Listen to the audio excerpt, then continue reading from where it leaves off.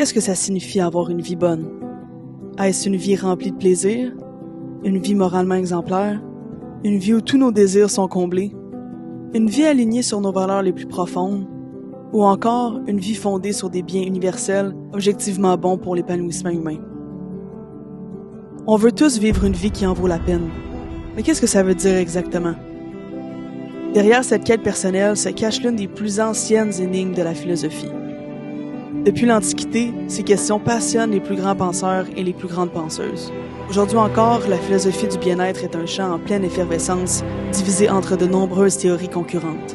Alors comment s'y retrouver? Et surtout, quelle théorie rend le mieux compte de ce qu'est réellement le bien-être? Eh bien, c'est exactement ce que cette série d'enquêtes philosophiques vous propose d'explorer. Présentée par le cabinet Evexia, accompagnement au mieux-être, et animée par Laurence Lévesque, doctorante en philosophie. Plongez au cœur des grandes théories du bien-être et posez-vous, vous aussi, la question « Qu'est-ce que bien vivre? » Bienvenue dans le 5e épisode de cette série sur comment théoriser le bien-être humain. Quelle est la vraie théorie du bien-être? Comment comprendre le bien-être humain? Est-ce que le bien-être c'est subjectif, ce qui nous amènerait vers des théories hédonistes, c'est-à-dire reliées au plaisir, à la satisfaction des désirs personnels, ou encore à la réalisation de vos valeurs? Ou est-ce que le bien-être c'est plutôt objectif, c'est-à-dire qu'il faut poursuivre des choses qui sont objectivement bonnes pour tous les humains? C'est extrêmement difficile de trancher sur cette question-là, et c'est justement le but de notre enquête philosophique qui va prendre fin malheureusement aujourd'hui. Mais bon, même si c'est difficile de trancher, on va essayer de trancher quand même aujourd'hui. Mais avant de commencer pour une dernière fois à travers cette série-là, je vous propose de vous abonner. Mon but ici, c'est qu'on réfléchisse tout le monde ensemble, qu'on développe nos connaissances, puis qu'on se rapproche tous et toutes tranquillement vers une vie bonne. Donc si ça vous parle, autant rendre ça officiel, je vous invite à vous abonner dès maintenant, puis ça m'aide beaucoup, by the way. Ceci étant dit, aujourd'hui, on essaye de trancher sur c'est quoi la vraie théorie du bien-être. Pour un défi aussi compliqué, voici le plan de l'épisode. Donc premièrement, pour trancher, on va faire un retour sur les critères de réussite d'une bonne théorie du bien-être. Ensuite, on va se prononcer un peu sur l'insuffisance du subjectivisme à lui seul. Et par la suite, là, on va se questionner sur est-ce qu'on peut considérer une théorie hybride du bien-être avec une vision subjectiviste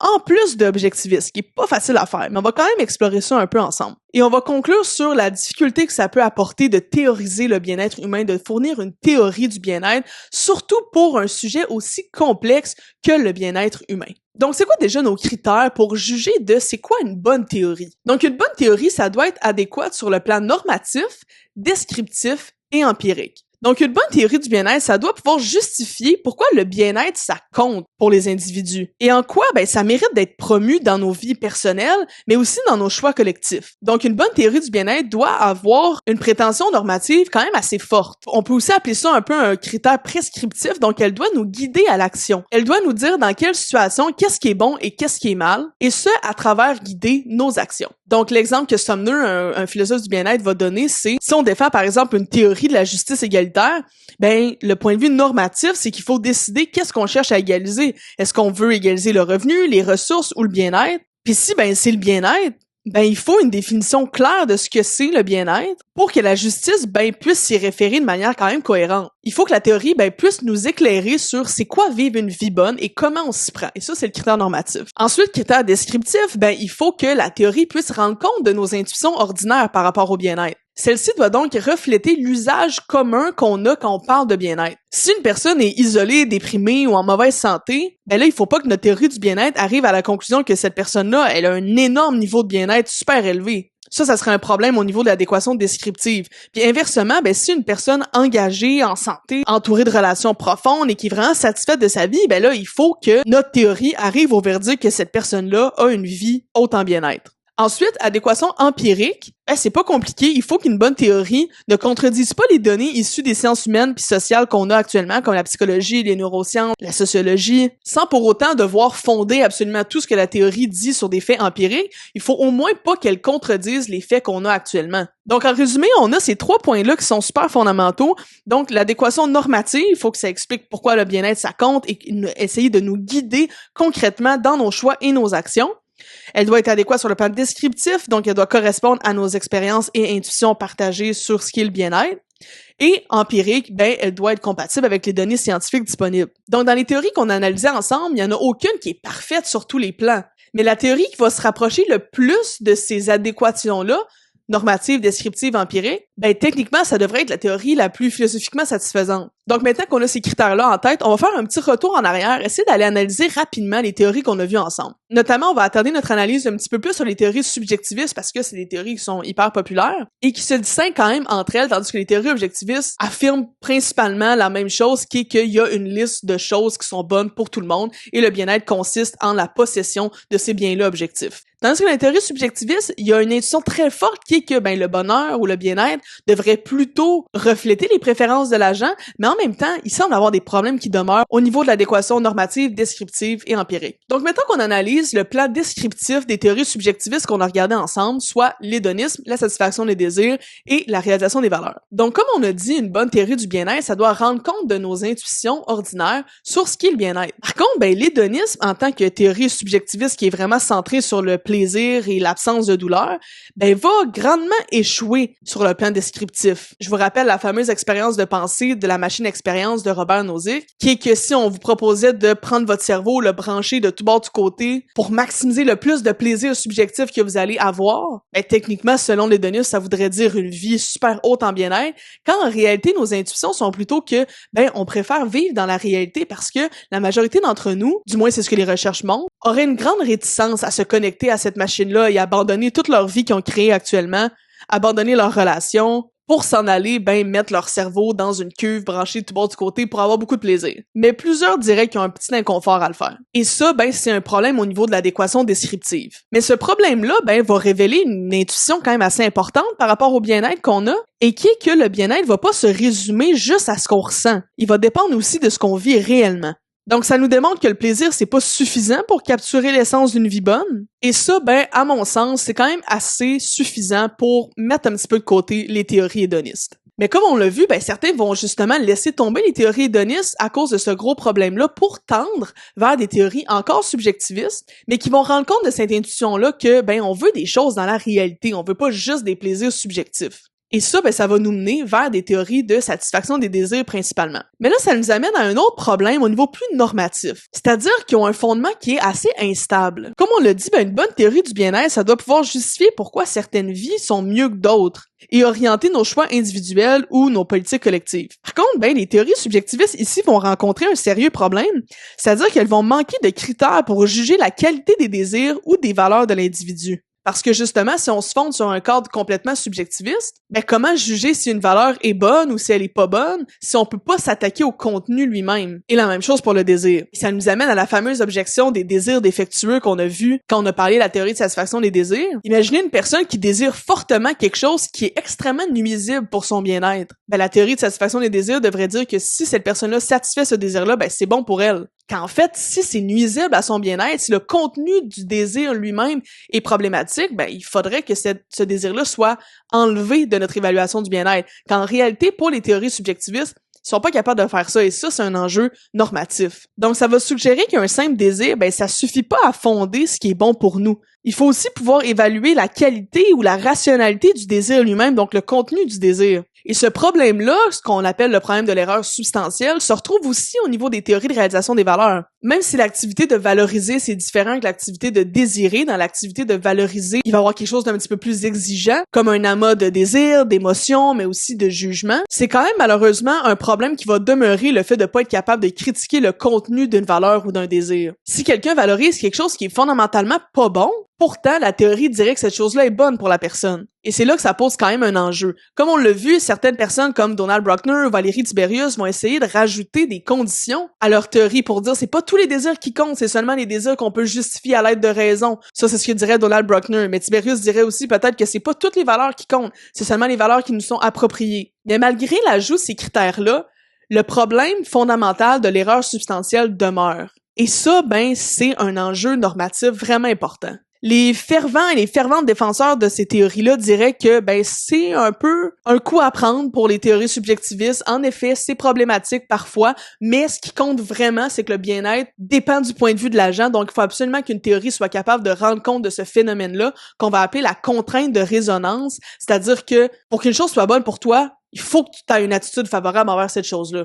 Donc, les théoriciens et les théoriciennes subjectivistes vont grandement s'opposer à ce que les objectivistes vont dire, qui est que cette chose-là peut être bonne pour toi même si tu la veux pas. Donc, le problème de l'erreur substantielle, certains vont dire que c'est un coup à prendre pour les théories subjectivistes, ça vient pas miner la théorie au complet, c'est juste un problème avec la vie humaine en général, ça nous arrive de désirer des choses pas bonnes pour nous, mais si tu la désires, cette chose-là est bonne pour toi. Mais encore une fois, avec l'absence d'un mécanisme interne pour juger de si le contenu d'une valeur ou d'un désir est bon, par exemple, se demander est-ce que cette chose-là a une valeur objective ou si c'est quelque chose qui est vide de valeur, on risquerait de légitimer des formes de vie qui sont profondément problématiques, voire même destructrices. Donc ça reste un problème pour les théories subjectivistes. Ça veut dire que les théories subjectivistes, échouent à fournir un fondement normatif solide pour guider nos décisions, évaluer nos trajectoires ou orienter nos politiques publiques encore une fois. Ensuite, sur le plan empirique, les théories subjectivistes peuvent parfois avoir des hypothèses un peu discutables. Il y a certaines formes de subjectivistes qui vont ignorer des données solides issues des sciences humaines. Par exemple, il y a des recherches en psychologie qui vont montrer que on est souvent mauvais pour juger de ce qui est bon pour nous ou de ce qui va nous rendre heureux à long terme. Puis en plus, nos désirs sont souvent influencés par des biais, des conditionnements sociaux ou des dynamiques affectives complexes. Puis les théories subjectivistes vont pas prendre en compte ces hypothèses-là. Si on est généralement mauvais pour distinguer qu'est-ce qui est bon ou qu'est-ce qui est pas bon pour nous sur le long terme, dans ce cas-là, on devrait peut-être plus tendre vers une théorie objectiviste, qui reconnaît l'existence de biens fondamentaux bons pour tous. Donc, un petit bilan d'analyse des théories subjectivistes. À la lumière des critères qu'on a mentionnés, normatifs, descriptifs, empiriques, les théories subjectivistes semblent rester quand même fondamentalement problématiques. Ces théories-là, elles vont capter une partie de notre expérience du bien-être, évidemment, donc l'importance du ressenti, des préférences puis des valeurs personnelles. Mais ils vont échouer souvent à répondre pleinement aux exigences normatives, prescriptives, descriptives ou empiriques. C'est un petit enjeu quand même au niveau des théories subjectivistes. Par contre, mettons qu'on se dit, parfait, c'est problématique les théories subjectivistes, on va tendre complètement vers un cadre purement objectiviste.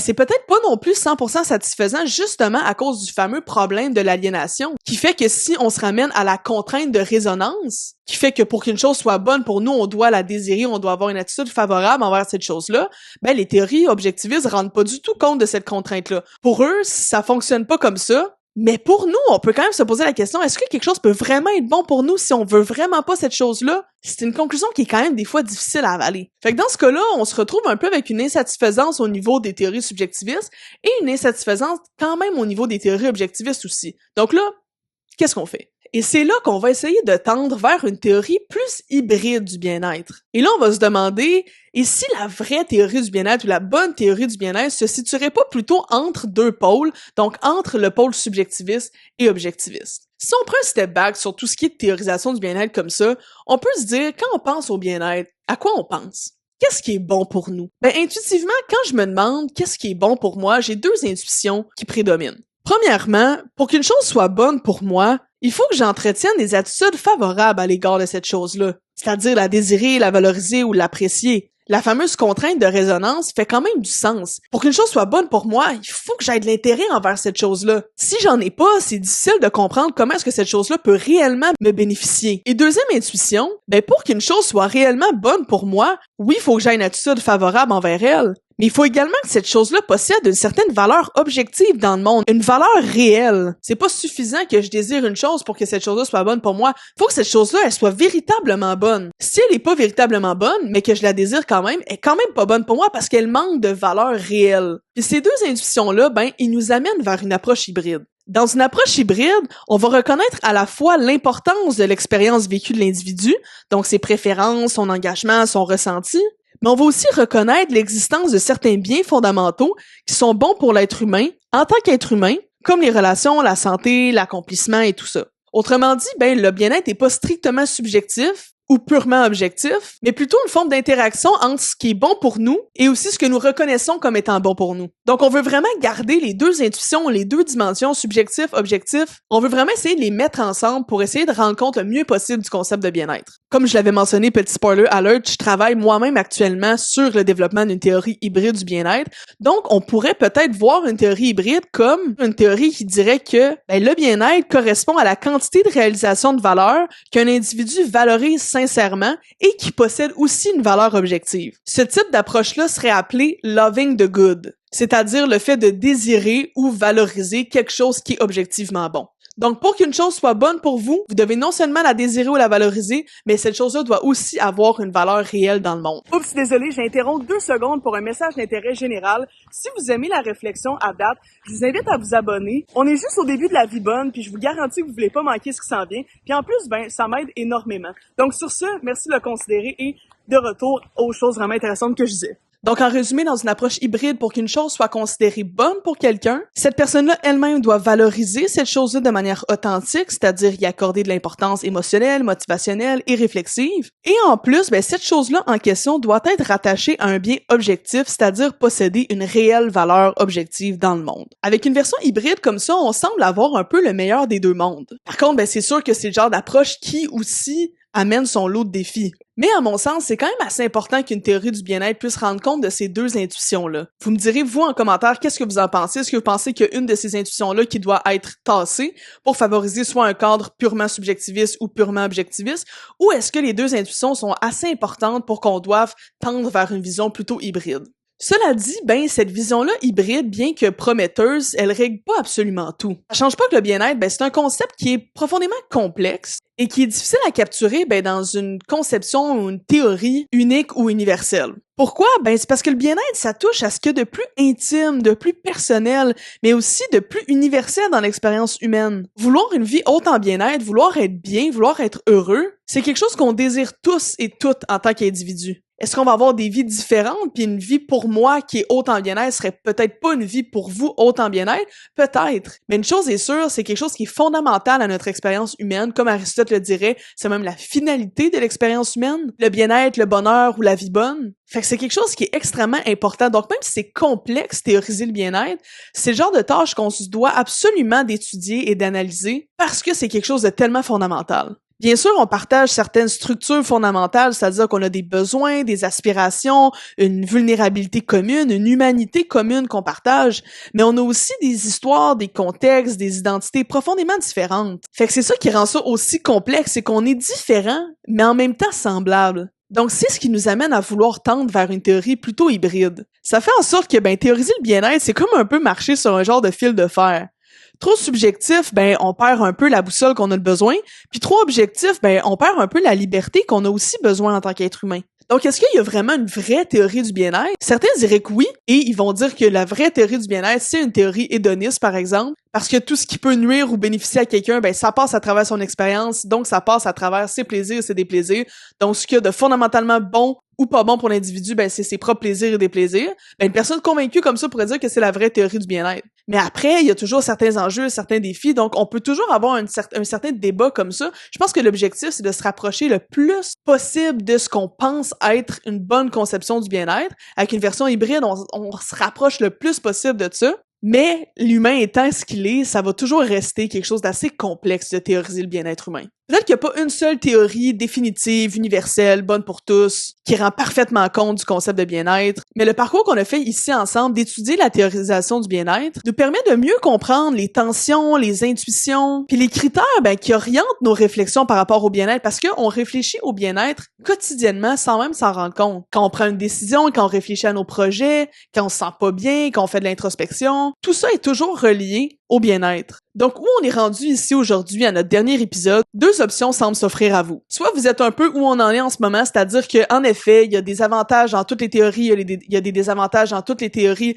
ce qui fait qu'on essaie de tendre vers quelque chose d'un peu plus hybride. Ou en revanche, dans la présentation des théories, vous avez accroché sur une théorie en particulier, par exemple les théories objectivistes, et vous dites ça, pour moi, c'est évident que c'est ça. La perspective de l'agent est plutôt secondaire. Ce qui est vraiment important, c'est que quelqu'un possède tous les biens objectivement bons, fondamentaux pour tout le monde. Et ça serait très correct aussi. Donc, il y a peut-être une théorie qui vous a vraiment plus accroché, vous êtes maintenant convaincu que ça, c'est la bonne théorie du bien-être. Ou vous êtes un petit peu mitigé et vous tendez vers quelque chose d'un petit peu plus hybride. Ou peut-être, troisième option, vous avez aucune idée de quoi on parle depuis le début, vous êtes complètement mêlé. Ça se pourrait aussi. On va quand même espérer que ce soit pas la troisième option. Au fond, peut-être que la meilleure théorie du bien-être, c'est peut-être celle qui nous permet d'interroger nos propres conceptions de la vie bonne, de les affiner puis de construire des vies plus réfléchies, plus cohérentes et plus florissantes. Et si vous voulez ma vision à moi, je vous ai déjà vendu rapidement que je développe une théorie hybride, donc c'est sûr que pour moi, ces deux intuitions-là, le fait qu'une chose doit résonner avec nous pour être bonne pour nous et que cette chose-là doit aussi avoir une valeur objective, c'est sûr que je tends un peu peu plus vers ce type de théorie-là. Ceci étant dit, c'est difficile de pouvoir trancher à 100%, mais au moins je pense que le processus qu'on a fait ensemble dans cette enquête-là philosophique nous a amené vers une compréhension plus approfondie de ce que c'est que le bien-être et de quelle manière on peut le théoriser pour que ça nous donne des outils pour mettre ça en application dans notre vie au quotidien. Que ce soit de s'interroger sur nos désirs, sur nos valeurs, sur quels seraient les biens objectifs qu'on pourrait cultiver, ça nous guide déjà vraiment beaucoup sur comment avoir une vie plus florissante puis plus épanouie, et c'est ça l'objectif au final. Comme je viens de le dire, l'enquête philosophique qu'on vient de faire ensemble a, j'espère, contribué à votre bien-être, vous a aidé à mettre certaines choses en application dans le quotidien, du moins simplement au niveau de la réflexion, de la délibération, pour vous aider à appliquer ça dans le quotidien. Mais si vous trouvez ça encore un petit peu théorique, je vous rappelle pour une dernière fois que le cours sur le bien-être appliqué est maintenant disponible à travers le cabinet Evexia si vous voulez mettre ces concepts-là en application dans votre quotidien. C'est un cours fait sous la forme d'un défi 10 jours, donc pour vraiment donner un petit coup, pour avoir une vraie transformation réelle, avec du contenu pratique à travers des vidéos, des exercices, de l'introspection, et aussi avec du matériel directement livré chez vous pour favoriser votre développement. On va entre autres parler de comment trouver c'est quoi les plaisirs dans nos vies qui sont plus éphémères, puis lesquels sont plus profonds. Est-ce qu'on a des désirs qui sont défectueux dans notre système de désirs ou dans nos états mentaux, puis comment s'en débarrasser? Ensuite, c'est quoi les valeurs qui sont au centre du bien-être pour nous? Est-ce que ces valeurs-là nous sont appropriées? Donc, on va les faire passer à travers le test d'adéquation des valeurs. Et aussi, nos valeurs, c'est quoi leur norme de réussite? On va rentrer plus en détail sur comment réaliser une valeur. Puis on va se questionner aussi, est-ce qu'il y a des biens qui sont objectivement bons que je possède? Est-ce que mes valeurs, peuvent se rattacher à des choses objectivement bonnes? Donc, essayez de trouver vraiment c'est quoi votre système de valeurs approprié qui se rattache à des biens objectifs. Et ce serait donc ces valeurs-là qui seraient les plus importantes à réaliser pour votre bien-être. On va aussi se questionner sur comment évaluer son bien-être actuel avec certains critères et comment intégrer ces concepts-là au quotidien dans votre vie pour vraiment élever votre niveau de bien-être. Fait que si c'est le genre de choses qui vous parlent, je vous le conseille vraiment parce que le but, c'est quand même toujours de se développer personnellement et une application pratique comme ça dans le quotidien appliquée. Il y a rien de mieux pour avoir une réelle transformation et au final, avoir une vie encore plus épanouie, ce qui est ça l'objectif principal. Et ici, je vous rassure, on parle d'un bien-être épanoui qui est durable. On parle pas de quelque chose de instantané qui va faire un gros impact sur le moment mais qu'on va oublier. Après, le but, c'est de faire un réel processus d'introspection pour avoir un réel changement dans le quotidien. Donc sur ce, je pense qu'il me reste plus qu'à vous remercier d'avoir participé à cette enquête philosophique-là avec moi. J'espère que vous en avez appris beaucoup et que vous allez poursuivre pour appliquer ça dans votre quotidien pour que ça ait fait un réel impact pour vous. Si vous voulez partager votre expérience, vous voulez partager vos questions puis tout en commentaire, ça va me faire toujours plaisir. Même si vous voulez m'écrire en privé, je réponds à tout le monde. Donc si vous avez des questions, si vous voulez développer davantage certains concepts, n'hésitez pas à m'écrire, ça va me faire plaisir. Si vous voulez aller plus loin dans une version plus appliquée, rendez-vous au cabinet evexia.com, toutes les infos sont là. Et sur ce, on va se revoir très bientôt pour une nouvelle enquête de série philosophique comme ça. J'espère que vous avez aimé le modèle, j'espère que vous avez aimé comment ça se passe. Ça va des conseils pour moi si vous voulez me donner votre opinion, ça me fait toujours plaisir. Et sur ce, je vais vous dire, on se voit dans la prochaine série. À bientôt. Oh oui, puis avant de finir, vous savez, en tant que consommateur, consommatrice de contenu, les gens vous demandent souvent de vous abonner, d'aimer la vidéo ou de commenter. J'ai envie de vous demander la même chose, mais vous savez, en philosophie, tout est une question d'arguments. Fait que je vais vous donner 2 arguments pour vous convaincre d'interagir avec la vidéo ou de vous abonner, puis si je vous ai convaincu, vous savez quoi faire. Premièrement, participer à la discussion, c'est déjà philosopher et vous êtes ici pour ça. Un commentaire ou un j'aime, ça vous permet de faire une petite contribution à la grande conversation dans laquelle on est en ce moment et qui nous bénéficie à tous et toutes. Deuxièmement, je dirais que vous abonner, c'est comme poser une première pierre vers une vie plus réfléchie. Aiguiser son esprit critique, développer ses connaissances, c'est à la base d'une vie bonne, puis vous abonner, ça vous met déjà sur la bonne voie. Puis entre vous puis moi, ça va être pas mal plus le fun que lire la République de Platon. Oh puis regarde, si je t'ai pas convaincu, tu peux toujours t'abonner par charité, je vais le prendre quand même. À bientôt.